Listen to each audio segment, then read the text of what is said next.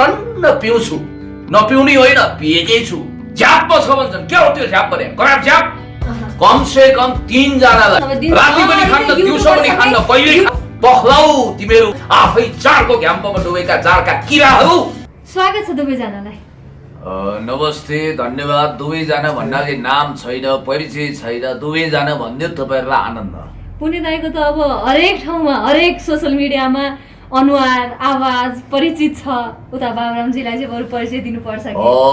कुरोको पोयो अब फुकाउनु हो, जिलिक गाठी पत्ता लाउनु हो।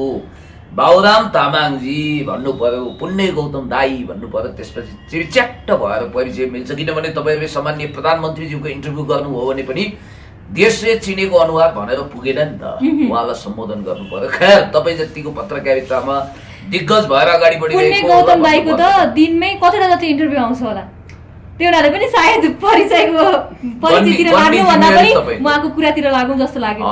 कुर्सी साट्ने हो कि पहिले तल माथि भयो? किन साट्ने, मिलेकै छ नि र्याङको ठ्याङ। त्यो पनि नेताले पाएको कुर्सी अहिले छोड्छ। ठिक छ, अब तपाईँ यही कुर्सीमा अडिक रहन चाहनुहुन्छ भने इट्स ओके। त्यही हुनाले आजभन्दा कति साल अगाडिको स्वेटर पनि छोड्नु भएको छैन होइन? छोड्न त तपाईँ केही पनि छोड्नु न भन्ने यहीबाट पनि प्रुफ भएको छ। कुरा यस्तो हो, जस्तो कतिपय साथीले पुण्य गौतमले यसपालि नयाँ नाना फेरेन कि क्या हो, आङमा पुरानै लुगा देखियो, पोहोरको भिडियोमा पनि त्यही थियो, परारकोमा पनि त्यही थियो, 10 वर्षदेखि त्यही, 5 वर्षदेखि त्यही छ भन्नुहुन्छ। साथीहरू, कतिपय मिडियाकर्मी साथीहरू, म एकजना मिडियाकर्मीलाई सोध्न चाहन्छु, तपाईँको कति सालमा जन्मिएको? म 55 सालमा जन्मिएको। कुन महिना? मङ्सिरमा। ल, 55 साल असोजमा किनेको स्वेटर यहाँ देख्न सक्नुहुन्छ तपाईँ। यो कसरी प्रुफ हुन्छ? यो प्रुफ गर्न मसँग फोटो छ, कुनै दिन तपाईँलाई फोटो देखाइदिन्छु म। र यो स्वेटर किन्न जाने मान्छे पनि तपाईँलाई लिएर आइदिन्छु। उहाँ अहिले यहाँ हुनुहुन्न, विदेशमा हुनुहुन्छ। अर्को स्वेटर किनेको पर्सिपल्ट कति राम्रो स्वेटर रहेछ भन्ने मान्छे चाहिँ अहिले निजगढमै हुनुहुन्छ। त्यस कारणले गर्दाखेरि यो 22 वर्ष पुरानो स्वेटर लगाएर पुण्य गौतमले जाडो काट्छ। यसको कतिमा किन्नु भएको थियो? त्यतिखेर पनि होइन, महँगो थियो। यो ब्रान्डेड रहेछ भन्ठान्छु मैले। 55 सालमा पनि मैले त्यतिखेर, मलाई सम्झना छ, त्यतिखेर जनयुद्धको घनीभूत प्रक्रिया थियो। यो एकदम राम्रो खालको स्वेटर देखेँ र मैले त्यतिखेर 550 एउटा बाग र 50 रुपियाँ थपेर किने। 550 त जमाना प्राइस पनि याद छ? प्राइस पनि याद छ। दसैँमा मामा घर जानुभयो, यसपालि ससुराली गएको भिडियो आएन, मामा घर गएको पैसा खन्ती गनेको देखियो। पैसा गने त के देख्नुहुन्थ्यो, अब लुकाएर साटक सुटुक थियो होला। तर ठिकै छ, सधैँ ससुराली गएर घिउ र भात खाने चलन पनि भएन। माउली त अब कस्तो हुन्छ भने, माउली जानलाई साइत हेर्नु पर्दैन, ससुराली जान हेर्नुपर्छ, त्यहाँ पनि पर्दैन। तर 14 वर्षमा खोलो फर्कियो मेरो यसपालि। 62 को आन्दोलन चलिरहँदा म पुगेको, 14 वर्षमा त्यो माउली पुग्दा म के फरक पाउनु भयो? होइन, मेरो मावली भनेको चाहिँ कुनै टाढा 100 डाँडा टाढा छैन, 7 समुद्र पारी छैन। यही नगरकोट भन्दा उताको सुन्दर गाउँ देवपुरमा हो, जहाँ गोकुल बास्कोटाजीको पनि त्योभन्दा पारी डाँडामा गाउँ छ।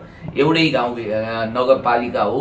र त्यहाँ जाँदाखेरि बडो मलाई कस्तो भयो भने अनुजी, रियल फिलिङ म तपाईँलाई बताउँछु।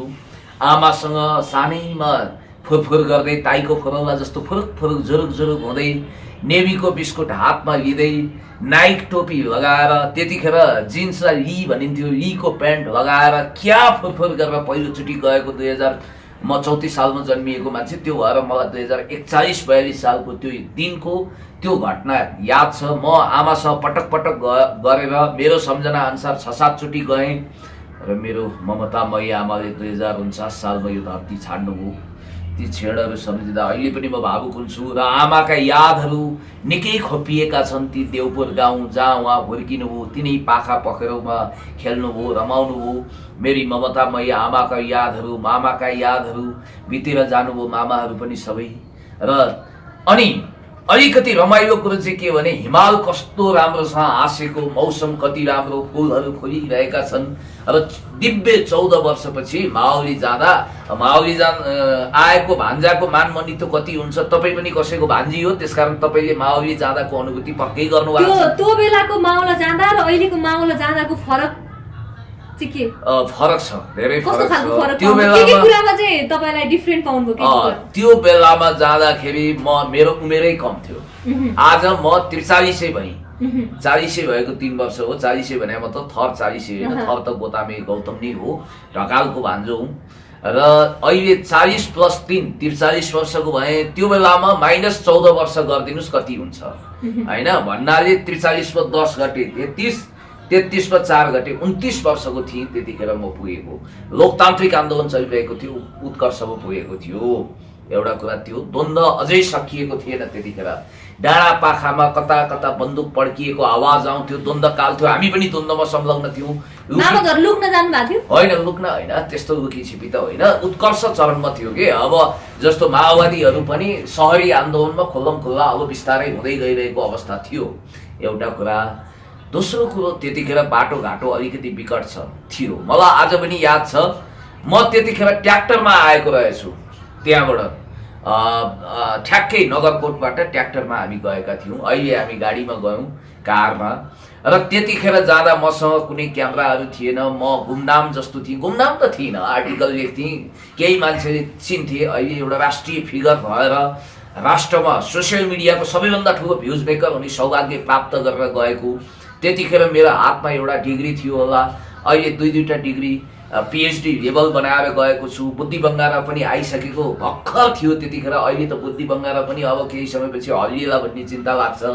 र त्यतिखेर जाँदाको अलि बढी निर्दोषिता म सम्झिन्छु। मोटर बाटो बनेछ, अहिले पिच हुने क्रममा छ। र मौसम प्रकृति अनि त्यसपछि खुसियाली, हरियाली, लिङ्गेपिङ, रोटेपिङ त्यस्तै छ। तर कोरोनाको जगजगी, त्यो आतंक, त्यो कहर, यद्यपि देउपुरमा कोरोना छिरेको छैन भन्ने सुखद जानकारी हामीले प्राप्त गऱ्यौँ।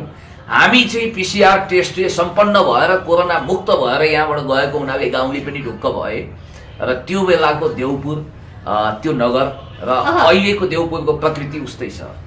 खानपिन र दक्षिणामा पनि फरक पाउनुभयो कि? माओली घर पहिला काठको थियो, एकदम परम्परागत। मेरो माओली गाउँमा हुने खाने नै हो। उहाँहरूको यहाँ कतिपयको भक्तपुरमा घर छ, कतिपय जोरपाटीमा छ, मोटर गाडी छ, मभन्दा धनी नै हुनुहुन्छ, करोडपति हुनुहुन्छ। अब त्यो बेलामा उहाँहरूको पक्की घर थिएन, जग्गाको भाउ अहिले राम्रो बढ्यो, अहिले सबैको पक्की घर छ। र अब खामबन्दी दक्षिणाको कुरो भन्नु हुँदैन क्या मिडियामा, साटकसुटुक गर्ने हो यो कुरा।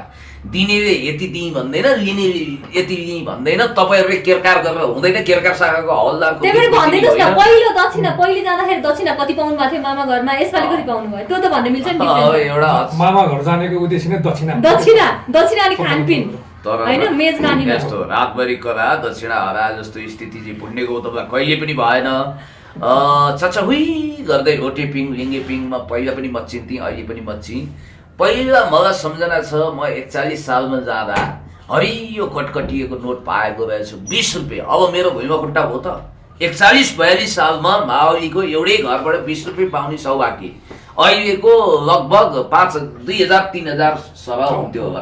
20 रुपियाँले धेरै छ्यास्ती चिजहरू आउँथ्यो, त्यतिखेरको त्यो सम्झना छ।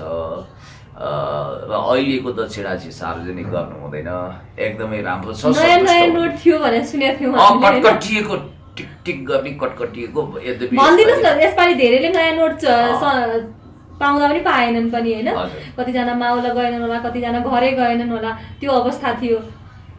भन्दिनु मिल्दैन दक्षिणा? दसैँ तिहार आइसकेपछि केटाकेटीहरू फुरफुर गरेर ताईको फुरल्ला जस्तो भएनन्, मरिच जस्तो चाउरिए भने अपसकुन अलक्षण हुन्छ भन्छन्। धेरै मान्छेहरूले, केटा मान्छे होस् या केटी तपाईँ चेली मान्छे, दक्षिणा पाइने भनेको मामा घर भन्ने एउटा छ नि त मान्यता। त्यो त पक्का हो, अफ कोर्स। मामा घर गयो भने चाहिँ दक्षिणा धेरै आउँछ भन्ने। आई एग्री, एब्सोल्युटली करेक्ट, तपाईँले ठिक भन्नुभयो। यो एउटा परम्परागत र सत्य कुरा हो। माओलीमा जति भान्जाहरूको खातिरदारी कहीँ हुँदैन। त्यसकारण मलाई कहिलेकाहीँ केटा मान्छेले पाउने दक्षिणा पनि मामा घरमै हो। ससुराली नजिक नपरोस्, माओली चाहिँ नजिक होस् भन्ने चाहँदा रहेछन् के मान्छे। श्राद्धमा ससुराली पुग्ने खतरा हुन्छ, फेरि याद गर्नु होला, श्राद्धमा त ससुराली पुग्नु भएन नि त। त्यसकारण माओली चाहिँ आँगन जोडिया होस्। भान्जा बाबु, ए भान्जा बाबु कता हुनुहुन्छ? ए मेरी भान्जी आऊ, प्यारी भान्जी अनु कता हो भनेर भने कति श्रुति माधुरीले कर्णप्रिय हुन्छ नि त्यो आवाज। अनि ए प्यारो बाबु, पुण्य बाबु, भान्जा बाबु कता हुनुहुन्छ? यहाँ हर्पेमा घिउ छ अनि कतारोमा दही छ, आउनु न यहाँ शिकार पनि भर्खर बन्दोबस्त छ, दसैँ लाग्यो खाउँला पिउँला भन्ने टाइपले त्यस्तो रमाइलो हुन्छ। तीज आएपछि चेलीबेटीको फुरफुर हेर्न लायक हुन्छ। त्यसकारण मेरो मुख धेरै दुख्यो। अब लोसार नजिक आएको छ। हाम्रो साथी बाबुरामजीको दसैँ दक्षिणा भन्न चाहनु भएन। दक्षिणा भन्यो भने ट्याक्स लाग्ला के भन्नु। दक्षिणा भन्दा दसैँ मान्नु न होला, लोसार मान्नुहुन्छ होला। अब यस्तो दसैँ ठ्याक्कै मान्दैन भन्दा पनि कस्तो भने अब अहिलेको माहौलले चाहिँ दसैँ मानेको छैन होइन। पहिला चाहिँ यो कस्तो भने दसैँमा टिका लाउने त्यो परम्परा कतिको थियो तपाईँहरूकोमा? पहिला थियो होइन। पहिला चाहिँ रातो टिका लाउँदै सेतो टिका लाउँथ्यो होइन। अनि शान्तिको टिका भनेर लाउँथ्यो। र यो पहिला जुन इतिहास हेर्दाखेरि त अब त्यो पहिला हामीले चैते दसैँ मान्दो रहेछ होइन।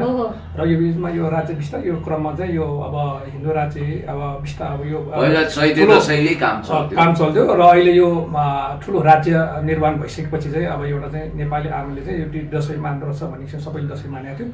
र यो बिचमा अहिले यो जुन सङ्गीतक कुराहरू उठ्यो होइन, जातिको कुराहरू उठ्यो, त्यस बिचमा बाट चाहिँ अहिले के हामीले आफ्नो जाति र आफ्नो धार्मिकलाई विस्तार गरेर र जातिमा जुन खालको पहिचान छ त्यो पहिचानले प्रस्तुत हुने हिसाबले चाहिँ हामीले यो दसैँ चाहिँ पर्व चाहिँ सबैको सांस्कृतिक हो भनेर अब केहीले मान्छौँ र केही तामाङहरूले मान्दैनौँ। र विशेष गरी हामीले चाहिँ एउटा चाहिँ लोसारलाई प्राथमिक दिन्छौँ। लोसारमा खानपिन त हुन्छ होइन, तपाईँहरूको टिका लगाएर दक्षिणा दिने चलन चाहिँ हुन्छ हुँदैन? अनि यस्तो पहिला थियो। हामीले कस्तो भने यो मिडियामा सबै कुरा भन्नुपर्छ। पहिला थियो र अहिले बिचमा चाहिँ के हो भने अब सबैलाई आफ्नो चाड र पर्व र संस्कृतिले एउटा समान स्वरूप र राज्यले दिइसकेपछि चाहिँ हामीले यो दसैँ पनि मान्ने र अन्य आफ्नो चाडलाई पनि प्राथमिक दिने। हामीले पनि लोसारलाई सम्मान गर्छौँ मान्छौँ, उहाँहरूले दसैँलाई मान्नुहुन्छ, तिहारलाई। त्यो हिसाबले चाहिँ अब कुनै पनि चाड पर्वले भेदभाव नगरिकन। तपाईँलाई याद छ दसैँमा टिका लाएर दक्षिणा पाएको अथवा दक्षिणाकै लागि पनि पहिले एक ढिक्का त्यो एक डबल के भन्छ डबल भन्छ होइन, 1 रुपियाँ 2 रुपियाँ दिन्थे पहिले। अब 20 रुपियाँ पाउनु पुण्य दाइले होइन त्यो जमानामा पनि त्यस्तो छ मेमोरी। अब म चाहिँ मामा घरमा कस्तो भने अलिक बुढो भएर गएँ क्या। अब कस्तो भने अब जस्तै सबैको चाहिँ मामा चाहिँ अब चाहिँ एउटा चाहिँ नजिक भएको ठाउँको चाहिँ अब उहाँहरूको मामा घर जान्थ्यो होइन। अब हाम्रो मामा घर चाहिँ अलिक टाढा थियो। त्यो पनि मेरो मामा चाहिँ एउटा इन्डियन आर्मी हो होइन। त्यो भएको कारणले गर्दा अब हामीले त्यो मामासँग भेटघाट गर्नै पाएन मामासँग होइन। जब यो शान्तिकाल आयो त्यसपछि चाहिँ म मामा खोज्दै जाने क्रममा चाहिँ एउटा चाहिँ म चाहिँ 20-25 वर्ष भइसकेको थियो। त्यो क्रममा मेरो सोच के थियो भने मामा बसेपछि मामा काखमा बस्ने मेरो ठुलो सोख थियो बच्चामा होइन। जब म ठुलो भएपछि अब एउटा मामासँग मिलेन। त्यो हिसाबले कस्तो भने एउटा चाहिँ बचपनको चाहिँ त्यो खालको क्षण मैले एउटा चाहिँ गुमियो भन्ने खालको महसुस भयो। त्यसपछि चाहिँ मैले मामाहरू गएर चाहिँ प्रायः गइरहेको छु र गइसकेपछि त्यही हो। अब बच्चामा मैले त्यो दक्षिणा आशीर्वाद कस्तो हुन्छ भने अर्को कुरा पनि सोध्न चाहे होइन। अब धेरैको त्यो जिज्ञासा थियो, पुण्य गौतम यत्रो वर्षपछि 14 वर्षपछि के अरे मामा घर चाहिँ गयो, ससुराल चाहिँ किन गएनन् भन्ने छ। ससुराली पोहोर गएको प्रत्येक वर्ष जाने कुरो भएन। फेरि यसपालि रोग व्याधि आदि इत्यादि। मामा घर जान चाहिँ रोगले होइन 14 वर्ष हो नि त बहिनी। माउली 12 वर्षमा खोला फर्किन्छ। पुण्य गौतमको खोलो फर्किन अरू 2 वर्ष कुर्नु पर्यो, 14 वर्ष आयो। ब्याक टु नेचर क्या। तपाईँले याद गर्नु भएको छ नि जिन्ज्याक रुसोको त्यो शब्द प्रकृतितिर फर्क। अब अर्को पनि कुरामा जोड्न चाहे, पहिले त राजनीतिको कुरा खुब गर्नुहुन्थ्यो होइन। पछिल्लो समय त तपाईँ एकदम कलाकारहरूको पछि देख्छौँ, कलाकारको अघि देखिरहेको हुन्छौँ। अलिकति हास्य व्यङ्ग्यतिर पनि हुन्छ नि, कलाकारितातिर ढल्केको देख्छौँ। टिकटकमा पनि श्रीमतीसँग टिकटकमा एकदम देखिरहेछौँ। धेरैले होइन राम्रो कमेन्ट पनि गरिरहनु भएको छ। अथवा धेरै चाहिँ अरूको अगाडि चर्किए पनि श्रीमतीको अगाडि त लुम्रो पर्दो रहेछ है पुण्य गौतम भने जस्तो कमेन्टहरू पनि हामीले पढिरहेको छ। अलिकति बताइदिनु यो बारेमा। अब नारीहरूको इज्जत सम्मान गर्छु। नारी शक्तिको अगाडि बडे महिषासुरहरू पनि नतमस्तक हुन्छन्। त्यसमा नेपालका दिग्गज ऋषि धमलादेखि पुण्य गौतमसम्म ठुला नेतासम्मको कुरा एउटै रहेछ, अपवाद होइन रहेछन् भने पनि त्यो होइन। मैले चाहिँ अब टिकटक बनाउँदा के उफ्रिनी नाच्ने? अब टिकटक बनाइरहेको हुन्छ, छोटो हुन्छ, अब त्यहाँ एक्सप्रेसन के गर्ने? उनको पालो हो, उनले बनाइरहेको हुन्छन्। टिकटकको किस्सा म चाहिँ टिकटिके भन्छु। मेरो अहिले राम्रो पनि चलिरहेको छ। अब जहाँसम्म तपाईँले कलाकारको कुरा गर्नुभयो, कलाकार अघि हो कि म अघि हो, कलाकार पछि हो कि म पछि हो भन्ने कुरो यो अन्डा पहिला कि चल्ला पहिला भन्ने खालको जस्तो डिबेट हुन्छ। त्यसकारण त्यो अनन्त जोगीहरूको अखडामा बसेर कहिले कहाँ छोड्छ। पुण्य गौतम मूलत राजनीतिक मान्छे हो। जसले साम दाम दण्ड भेद नीति पेलपाल झेझल ठेठाल गरे पनि पुण्य गौतमले अरू दुनियाँ कुरा छोड्न सक्छ, राजनीतिक छोड्न सक्दैन। उसको एउटा सदाबार नशा मात्रै होइन, उसको लक्ष्य हो, उद्देश्य हो। त्यस कारणले गर्दाखेरि देशको पक्षमा, जनताको पक्षमा, विकासको पक्षमा, समृद्धिको पक्षमा, अन्याय विरुद्ध, अत्याचार विरुद्ध, भ्रष्टाचार विरुद्ध, तमाम खाले विकृति विसङ्गति विरुद्ध सबभन्दा सर्वश्रेष्ठ हतियार समाज परिवर्तनको सबभन्दा सर्वस्वीकार्य विधि भनेको राजनीति हो। त्यस कारणले गर्दाखेरि म राजनीतिमा छु, हुन्छु, रहन्छु। मलाई एउटा अहिले ठ्याक्कै यो अल्बेर कामुको एउटा भनाइ याद आउँछ, म तपाईँभन्दा अगाडि हिँड्न पनि चाहन्न। अगाडि हिँडेँ भने तपाईँको म अगुवा हुन्छु। म तपाईँभन्दा पछाडि हिँड्न पनि चाहन्न। पछाडि हिँडेँ भने म तपाईँको पछुवा हुन्छु। म तपाईँसँगै हिँड्न चाहन्छु, किनभने म तपाईँको साथी बन्न चाहन्छु। साथी त साथमा साथ, हातमा हात, काँधमा काँध मिलाएर हिँड्छ नि त। म हर कसैसँग मित्रता कायम गर्न चाहन्छु। जहाँसम्म अब तिहारको योजना के छ भनेर तपाईँले सोध्नु अगाडि नै म केही योजनाहरूको पोको पत्तो खोलाइहाल्छु। सोध्नुहुन्छ? गाउँ जाँदै हुनुहुन्छ, हामीले थाहा पाए अनुसार माउली पछि पुण्य गौतम अब निजगढ जन्मघर जाँदैछ। तपाईँले थम्बनेल टाइटल राखिदिनु भयो भने नि म आनन्दित हुन्छु। के कारणले यत्रो कति वर्षपछि जाँदै हुनुहुन्छ? होइन, म त फ्रिक्वेन्टली गएको छु, तर दसैँ तिहारै भनेर नगएको चाहिँ 3-4 वर्ष अधैर्यताका साथ, व्यग्रताका साथ गाउँलेहरूले प्रतीक्षा गरिरहनु भएको छ। गेटै बनाउनु हुने भयो, फुलमाला नै पहिराउनु हुने भयो, राजसी सम्मान नै हुन्छ। 31 तोपको सलामी टाइपको वाहियात कुरा चाहिँ गर्दिनँ म। गाउँमा जे होस् राम्रै खालको इष्टमित्र दाजुभाइ भर भलादमी मैले नुहाएका सबको चाहना पनि हो पुण्य गौतम चाडपर्वमा आओस् भन्ने। एकदम सबैको चाहना छ। फोन कल आइरहेको छ। यसपालि तिहारमा हामी भन भन भाइ हो देउसी रे, राम्ररी भन देउसी रे, स्वर मिलाइकन देउसी रे, भन भन भाइ हो जिल्ला के दिन्छ। होइन, 1 लाख रुपियाँ मिल्ला भनेको थियौँ, तर यहाँ चाहिँ दक्षिणा नमिल्ने हुनाले खोइ कति मिल्ला देउसी रे भन्दै यसपटक हामी देउसी पनि खेल्दैछौँ। मेरो एउटा योजना चाहिँ के छ भने तपाईँ हामी मिलौँ, सामाजिक सञ्जालको सेलिब्रिटीहरू, सामाजिक अभियन्ता प्लस युट्युबरहरू मिलेर खेलौँ र एउटा कोष बनौँ। त्यो कोषबाट चाहिँ गरिब, असहाय, विपन्न, उपचार नपाएका सामाजिक अभियन्ता वा युट्युबरहरूको उपचार एउटा कोष बनौँ। एउटा यो गर्ने योजना छ। बिचमा यदि तारतम्य मिल्यो भने चाहिँ तपाईँ पनि एउटा फुटबल खेलाडी हुन सक्नुहुन्छ है। युट्युबर 11 र सामाजिक अभियन्ता 11 को बिचमा फुटबल पनि आयोजना हुँदैछ। ओके, यो राम्रो कुरा। अब हामीले कुरा गर्दै थियौँ, मैले फेरि तिनीहरूले भाउजूनीहरू ल्याएर जोड्न चाहेँ। साँच्चीकै पुण्य गौतम त अघि भने जस्तै सबजना श्रीमतीको अगाडि चाहिँ एकदम ऊ हुन्छ भने पुण्य गौतम पनि त्यस्तै हो, डराउने हो श्रीमती। होइन, वरुणको अगाडि सर्प जस्तो लत्रक लत्रिने वा एकदम लट्टेको साग जस्तो सलाक्सुक हुने टाइपको मान्छे पुण्य गौतम होइन। तर कुरा के छ भने अब गृहलक्ष्मीको, घरलाई उज्यालो पार्ने लक्ष्मीको सम्मान हुनुपर्छ। जहाँ नारीको पूजा हुन्छ, जहाँ सम्मान हुन्छ, त्यो नारीले बसोबास गरेको घरमा लक्षण लाग्छ भन्ने हाम्रो एउटा इन्डाइरेक्टली हो भन्न खोज्नु भएको होइन। म कुनै जोइ टिङ्ग्रे होइन, म कुनै जोइ टिङ्ग्रे भनिदैन नि त। श्रीमतीको कुरा मान्ने बित्तिकै जोइ टिङ्ग्रे कसरी हुन सक्छ? किनभने तपाईँ पनि त्यस्तै हुनुहुन्छ। कसरी? म होइन, यस्तो म पत्नीलाई सम्मान गर्छु। त्यस कारणले गर्दाखेरि टिकटक बनाउँदा तपाईको चाहना हो या बाध्यता? टिकटक बाध्यता त हुँदै होइन, चाहनै होला। चाहना भन्दा पनि अरूको चाहनालाई पनि म सम्मान गर्छु। अब टिकटक बनाउँदा म आनन्दसँग बस्दिन्छु, रमाउँछु, खुसी हुन्छु, त्यही हो। अरूको सन्तुष्टि र खुसी पनि, आफ्नो पत्नीको खुसी सन्तुष्टि पनि लाख रुपियाँको हुन्छ नि। कहिलेकाहीँ तपाईँ पनि विवाहित मान्छे, तपाईँ आजकल बुढा भन्छन् कि, म चाहिँ बुढा भन्ने कुरो बुढो नभइकन नभनौँ भन्छु। मेरो बुढा भन्छन् कि, अब टिनेजर हुन्छन् बुढा अरे। अब पत्रकार भन्छन्, पत्रिकै छैन के को पत्रकार क्या? पत्रकार होइन, मिडियाकर्मी हो। मैले सम्झाइरहेको छु। म साना नानी बाबुहरूलाई भन्छु, भर्खर टिनेजर बिहा गरे हुन्छन्, मेरो बुढा उता गयो भन्छन्। बुढा भनेर 60 वर्ष कटेसी हुन्छ। हस्बेन्ड भन्नु, मेरो लाइफ फ्रेन्ड भन्नु, लाइफ पार्टनर भन्नु भन्छु क्या। यद्यपि ल रमाइला कुरा हो। धन्यवाद बाबुरामजी पट्टि केही सोधेर। तपाईँको सोचाइमा, तपाईँको विचारमा, तपाईँको धारणामा पुण्य गौतम कस्तो व्यक्ति? उहाँ नजिक हुनुहुन्छ नडराइकन तपाईँको मनमा लाग्यो फ्याक्ट माओवादी भीमसेन जतिकै बलियो मान्छे। मैले पुण्य गौतमलाई मैले हेर्दा र मैले सोच्दाखेरि उहाँ चाहिँ एउटा लाइब्रेरीको किताब हो पुण्य गौतम। कसरी उहाँ अब लाइब्रेरी बुक हो, त्यसबाट हामीले अथाक ज्ञान लिन सकिन्छ होइन, त्यो ज्ञानको भण्डार हो भन्ने कुरा मैले उहाँले बुझेको छु। र त्यही कारणले उहाँले दुनियाँले चाहिँ पुण्य गौतमसँग चाहिँ एउटा चाहिँ नराम्रो चाहिँ एउटा चाहिँ कमेन्टहरू गर्दा पनि मलाई अलिकति चाहिँ त्यस्तो खालको नराम्रो फिल हुन्छ। र किनभने दुनियाँले पुण्य गौतम एउटा लाइब्रेरी किताब हो र त्यो बिचबाट तपाईँले के लिनुहुन्छ, चाहे राम्रो कुरा लिनुहुन्छ या नराम्रो कुरा लिनुहुन्छ। त्यही हिसाबले मैले चाहिँ उहाँलाई चाहिँ एउटा चाहिँ पुस्तकालय भने मैले सोध्छु। अनुजीसम्म एउटा सल्लाह लिन्छु, मलाई एउटा सल्लाह दिनुहोस्। यति राम्रो कम्प्लिमेन्ट आएको छ। Thanks for your good compliment. I would like to express my gratitude. जस्तो पुण्य गौतमले अझसम्म हो धेरै पढेको हुनाले उसको आँखा कहिले गएर रसायो होला, रसिलो भयो होला। तपाईँ यति कुरा भन्नुहोस्, तपाईँहरूलाई कहिले यो सूचना छ पुण्य गौतमले एक थोपो रक्सी खायो भन्ने छ?